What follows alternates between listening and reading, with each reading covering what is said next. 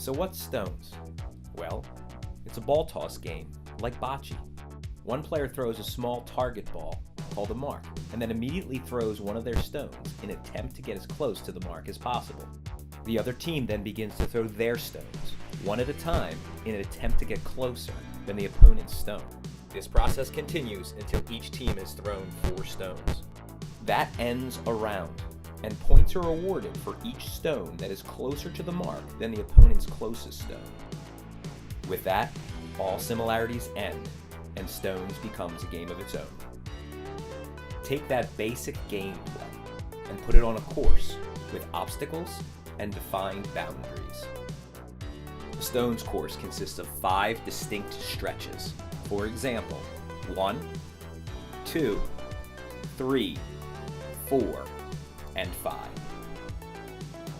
Each stretch consists of a base, or starting point, and a landing, where the stretch is brought to an end.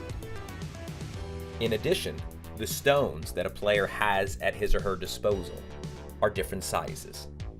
1 90mm, 2 at 100mm, and 1 at 110mm. With each throw, the decision needs to be made which size stone to use. So let's throw a game. Starting from the base on the first stretch, the mark is thrown forward and the round begins.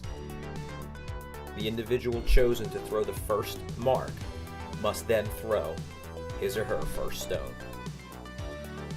Green throws their first stone and establishes it in the field of play.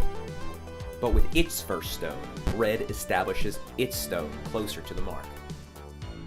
Green then throws 3 more stones before it takes the advantage, exhausting its supply.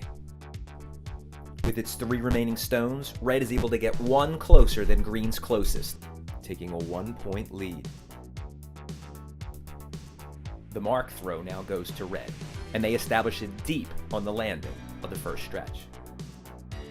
Red is unable to establish its first 2 stones in play, and with its 3rd stone, playing conservative, they throw relatively short, but at least it's in bounds, making green throw next.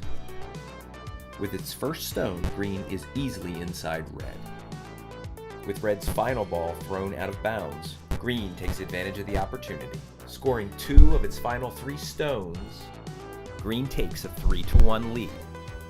And with the round ending with the mark on the landing, the first stretch is closed and the game advances to the second stretch. With possession going back to green, they throw the mark into a sand trap right on the water's edge and immediately follow it up with a stone that rests about 6 inches away.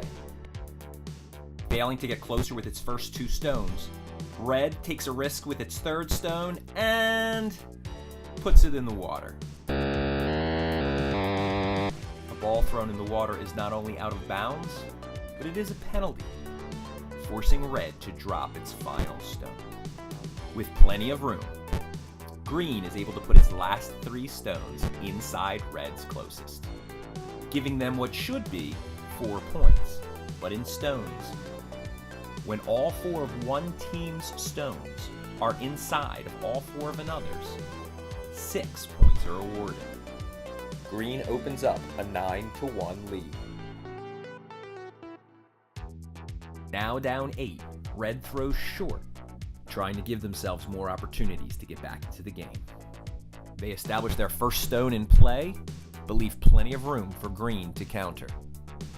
Green's first stone goes long, but their second rests just a few inches away from the mark.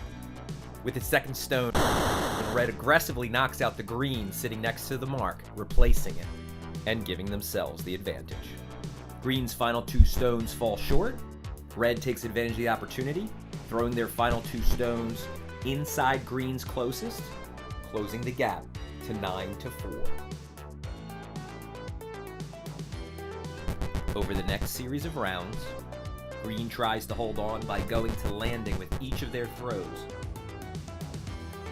while red throws short time and time again in an attempt to chip away at the lead. Standing on the 5th base, green has seen its lead dwindle to 1 point. yet they control the mark, and with one successful throw to the landing, green would be 1 round from winning. After establishing the mark on the 5th landing, green's first stone goes out of bounds. Playing conservative, they lay up with their second. Red's first ball edges it out, but green establishes relatively close with its 3rd ball.